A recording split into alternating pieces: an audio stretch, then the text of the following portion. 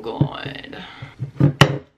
My life is in shambles, to be completely honest. I just like had to get myself ready because I feel like I was just sitting around all morning. It's like it's noon. I'm post-op like what, 4 or 5 days now, and my anxiety has been really high, and I feel like I'm letting it take over a little bit too much, and I feel like I just needed to get myself ready and be a human, because sometimes I do that. I wallow. I mean, looking real good right now, but I figure I would just get ready for the day so I can just feel normal. It's been like weeks since I actually put on makeup, but I really wanted to record a video today because I want to talk about my surgery and just like where I'm at personally and like physically, emotionally, mentally. I don't know where I left off with my health journey. I did a video like a couple months ago back in the summer, and I talked about like being severely anemic, getting iron infusions, like whole 9 yards. It's been a couple months since I have made a video because life has been kind of chaotic. So I feel like I should just start from the very beginning, to be completely honest, because I feel like I feel like my life is a soap opera. Oh my God, literally none of my batteries are charged. Like my life is chaos. So I'm just gonna start from the beginning and talk about how my year has gone, because I have been thrown punches like literally just one after another, and I feel like I can't make things connect without starting from the very beginning. I mean, just starting off in 2024, like I got laid off from a couple of jobs that I was doing, like freelance work for with like social media and things like that. And it was a tough time, especially during like, you know, the winter. Like that's our slow time. So I didn't really have anything like booked, which is fine. Like it's not a big deal at all. It just kind of like set the tone for the year. You know what I mean? Like 2024 just like started off like just a little bit stressful. We went on a trip in Arizona, and that was wonderful. Honestly, that was amazing because like we had credits from an airline. So like we were able to get away for a little bit. And for me, like traveling is really hard. I'm just not a good traveler, and it causes me a lot of stress.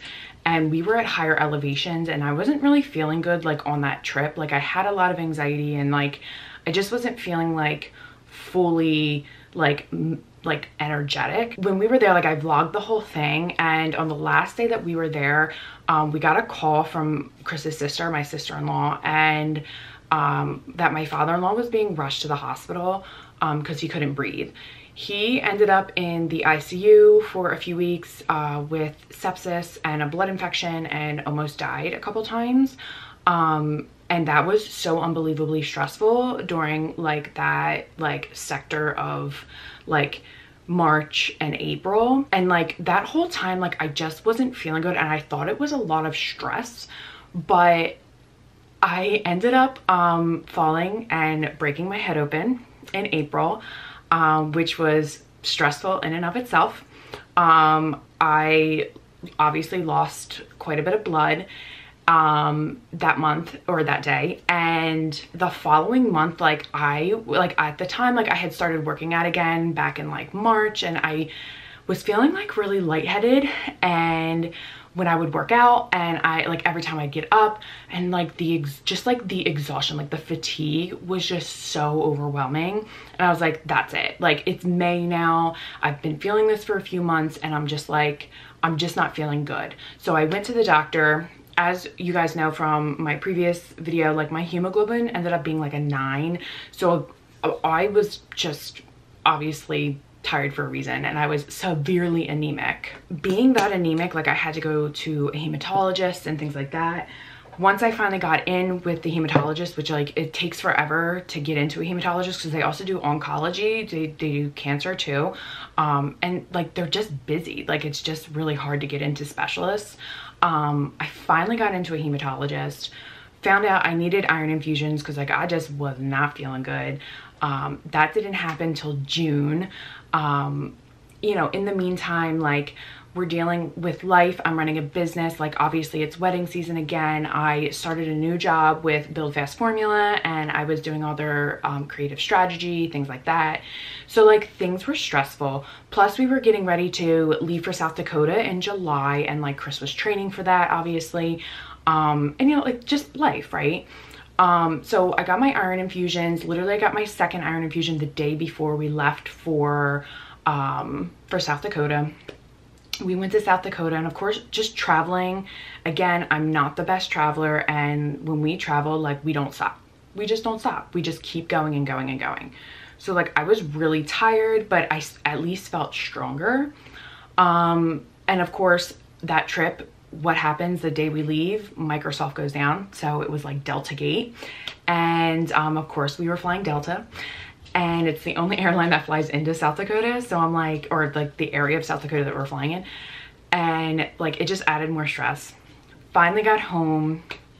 It was the end of July and Linus wasn't getting any better. Linus had been having like allergy and cold symptoms for like months. We had had him back and forth to the vet. In the meantime, my hematologist was like, you have to get to your gynecologist because clearly you're losing, the only way you're becoming that anemic is that you're losing too much blood every month during your period. So I'm like, okay. Getting into a gynecologist in my healthcare system, they couldn't get me until November 30th. So like, literally they couldn't even get me in for like another 2 weeks from today. I'm like, okay, I'm gonna stick with my current healthcare system, that where my gynecologist is located, and just see if they can get me in earlier. They could. They were able to get me in the first week of September, which at the time was only like a few weeks to wait. But in the meantime, of course, we had to put Linus down. So like that in and of itself was so traumatic to me, and I'm still recovering and grieving from that, clearly because he was my soul dog and I've never had to do that before in my life, and I don't wish that upon anyone. The worst experience. Fast forward to the first week of September. I was at my gynecologist and she did like a whole checkup. Like it had been like 4 years since I had been to my gynecologist because I'm the worst patient.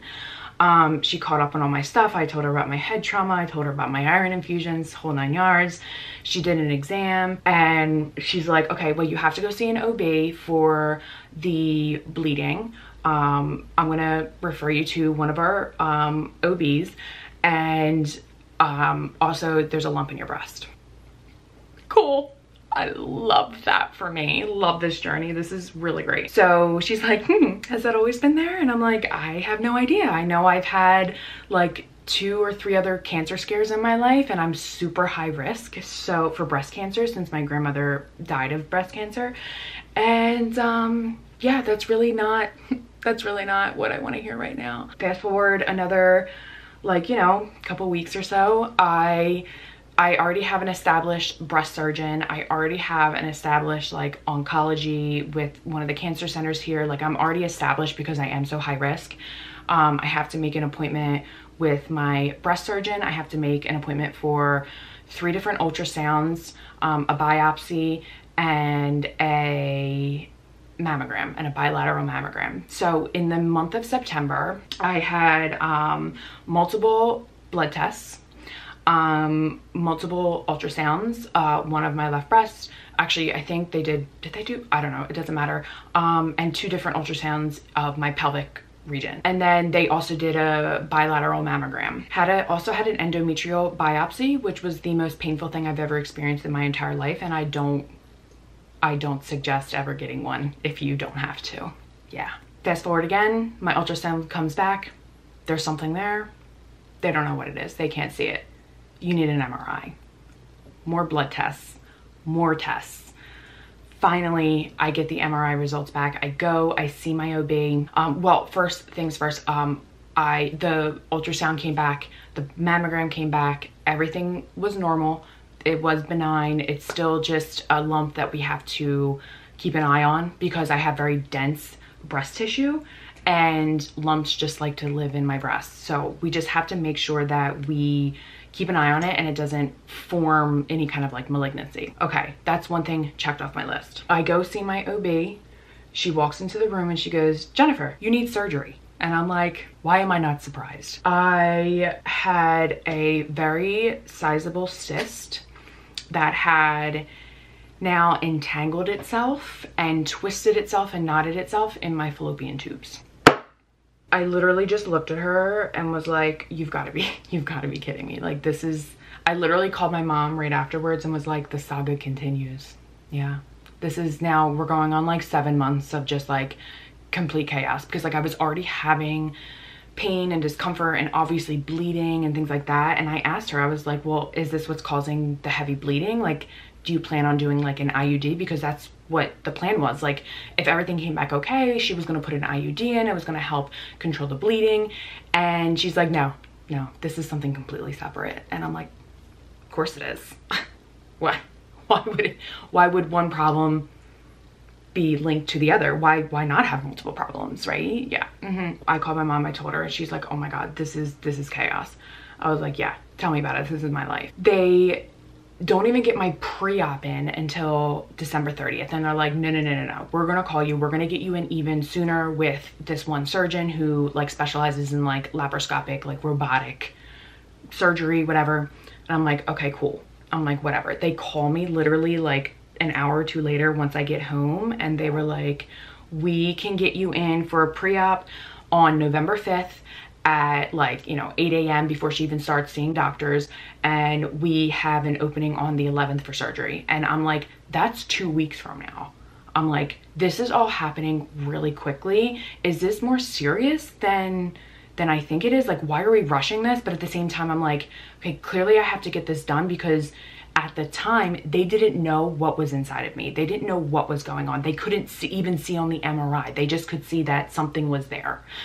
So, and that I had a blockage. Something was like blocking my fallopian tube. So I just say yes to everything. My mom comes to the pre-op with me. I meet with my surgeon. She pulls up on like, their nifty little TV thing that they have now, because everything's high tech. And she's like, the cyst is here. It says it's on my right side. And I'm like, that's weird, because all the pain is on my left side. So what's happening here? So she's like, we'll go in through your belly button and 2 other like areas, like small incisions, and we'll get it out. And she's also going to insert the IUD while I'm under anesthesia. And I'm like, okay, like at this point, I just have to keep rolling with these punches, because it's been 7 or 8 months of me just like not feeling well. Like, I have to get, like, clearly I have to get this done. Why does this not look straight to me? I don't know. Anyway, that is so not straight. Okay, that's a little bit better.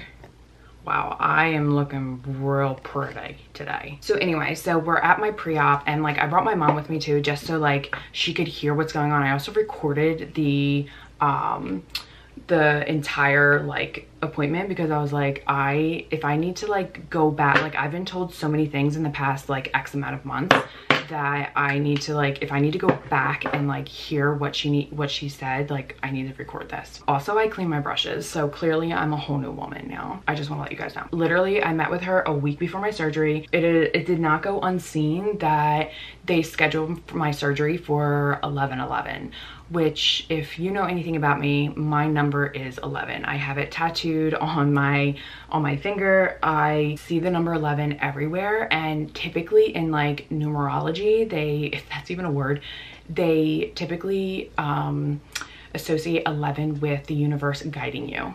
So I'm like, okay, that's fine. 11/11, I think I need to have the surgery done. They were like, they're gonna call you on Friday. You need to go get your pre-op blood tests done, things like that. They'll give you instructions and we'll see you in a week. They call me on Friday, so just over a week ago, and they were like, okay, your time is 11 a.m. Don't eat or drink anything like after midnight. Be here, blah, blah, blah. So I'm like, okay, that's weird. 11/11 at 11 a.m. I'm like, okay, this was the right choice. I don't want to be under general anesthesia. The only other time I was under general anesthesia is when I had a lumpectomy, like my very first lumpectomy, and I felt like super nauseous afterwards, and I was just like an anxious mess. So I told the anesthesiologist, I was like, I'm an emetophobic. I don't want to feel nauseous. I don't want to throw up. I don't want any of that. They're like, we got you. We're giving you this plus the kitchen sink, because they said most of the time the like surgeries in the pelvic region, like OBGYN surgeries, you tend to feel more nauseous, I guess, just like with the closeness to the stomach.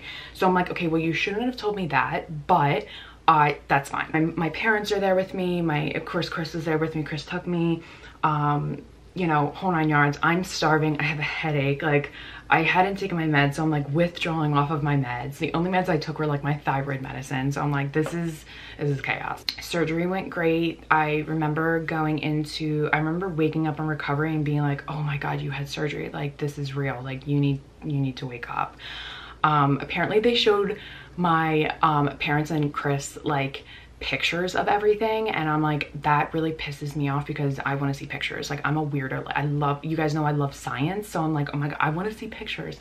So what ended up happening was they went in on my right side and it wasn't there. Lo and behold, it was on my left side. So they had to go from the right to the left, and they had to untangle my fallopian tubes and untangle the cyst from it, and then remove the cyst. So the plan was, like, if for any reason if it was like attached to the fallopian tube or to my ovary, since it's such, like, it's not a muscle tissue, it's like super fine organ tissues, right? It's really thin and vascular. So they were just like, we're going to basically just remove that side of your like uterus, like all that hardware and that side of your uterus, because we're not going to risk just trying to remove the cyst and you bleeding out. And like, I had already been losing so much blood, like that's why I got the iron infusions. I'm like, that would be my freaking luck. Like, head trauma, low iron, and then going into surgery and losing more blood. I'm like, all in 1 year. I'm like, cool. First of all, they didn't even know I was there. So of course I waited like 45. I was there at like 10:45 because I'm chronically early, and they were just like, oh, we had no idea you were here. I'm like, okay, you guys need to get your shit together. Like, I didn't even go back to surgery until like 12:30, 1 o'clock. Everything went great. Everything you know, was removed. All of my parts are still there, which is great. The IUD is in. All week I mean, I just felt out of it all week. I can't concentrate, I can't focus. My anxiety is through the roof. My depression was really bad. I have pain. Like today, my cramps were really bad. I've been bleeding for almost 2 weeks now. It has gotten better, but it's of course still like just there. Unfortunately, that's going to take like 2 to 3 months to regulate itself and become normal. I am now 5 days post-surgery, and I'm just like not the best patient. I'm just not a very good patient. Like, I want to get back. I'm like, oh, I can go work out. Oh, I can go do this. And Chris is like, no, you can't. You got to sit there. Like, there's no lifting. There's no like heavy like cardio or anything. Like, I can't do any of that. And I'm just like, okay, this is actually terrible for my mental health, just sitting here, because like the only thing I can do is like walk on a treadmill, and I'm like, well, that's boring. And like, I was like, oh, I'm just gonna read the whole time, and I'm not gonna, you know, I'm just gonna relax, and you know, this is clearly what I need. I can't even focus. Like, I don't know if it's from the anesthesia and it like affected me somehow, but like, why can't I focus? I don't know. I don't want to pick up, like, it's hard for me to pick up a book, and it's hard for me to like, I just want to scroll on my phone. Like, clearly I need a serotonin like boost, because I just want to scroll and like watch things on TV that I've seen a million times, and I'm just like, okay, that's anxiety ridden, so like, what's happening? Lovely. It's been a road, guys. It's been a road. Also, they will biopsy the actual cyst itself. Like, all my biopsies came back okay. Everything was benign. It was a simple cyst. There were no malignancies at all.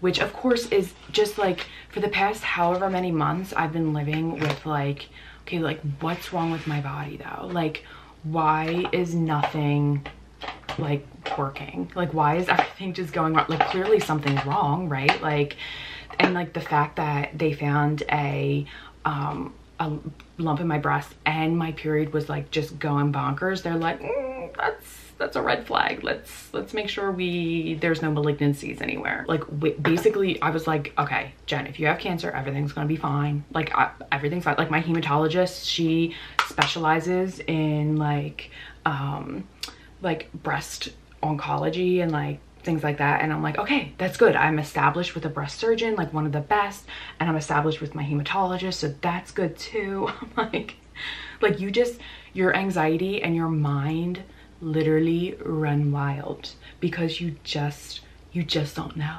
And there's like every ounce of what if, right? Like it was easy for like Chris and like my parents to be like, everything's gonna be fine. I'm like, yeah, easy for you to say because it's not happening to you. Like it's happening to me, okay? Just like my entire body is like giving out on itself. I'm like, I'm not even 40. What the hell is happening? So yeah, so I'm just gonna do a little bit of makeup because I of course took advantage of the Sephora sale and I did 3 separate orders and spent well over $1,000 like just restocking things. And I want to go over that with you guys, and I want to show you guys what I got and why I got them.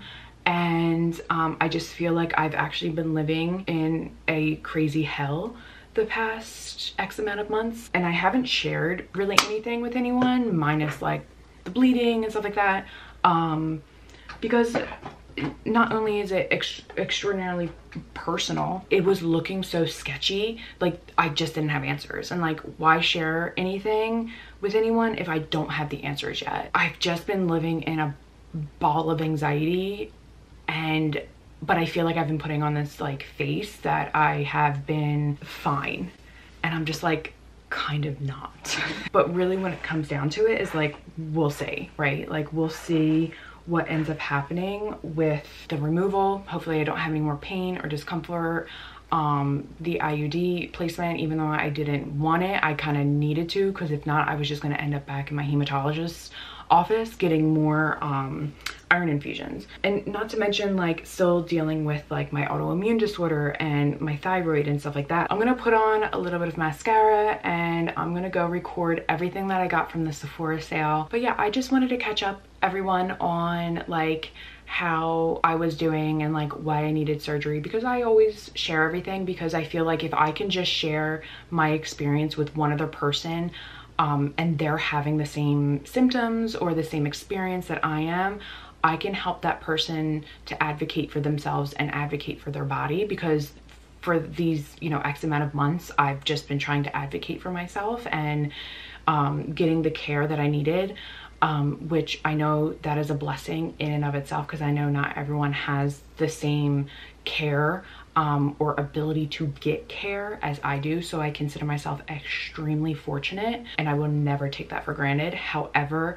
if you are having issues or if you don't feel good, don't just keep going on in life like I kind of was. Like I finally decided to make a doctor's appointment and realized that like, okay, I obviously needed care, and I obviously needed to talk to someone and get my blood work done and just have a checkup. And I'm so happy I did, because even though all these problems unraveled, I found out what was wrong with me and I got it fixed before it became really bad. And yeah, it could have severely harmed me. I'm gonna go throw on some mascara, and there is a giant box on the floor. I've condensed everything into one box for my Sephora sale items. Yeah, and we're gonna go over everything. So I will see you all in that video. I just wanna say I love you all very much, and I'm sorry there hasn't been a video, but literally dealing with all the doctor's appointments and tests has been a part-time job. No joke, on top of my other business running, other jobs, anyway. All right guys, I love you so much. I will see you in the next video. Freaking hair.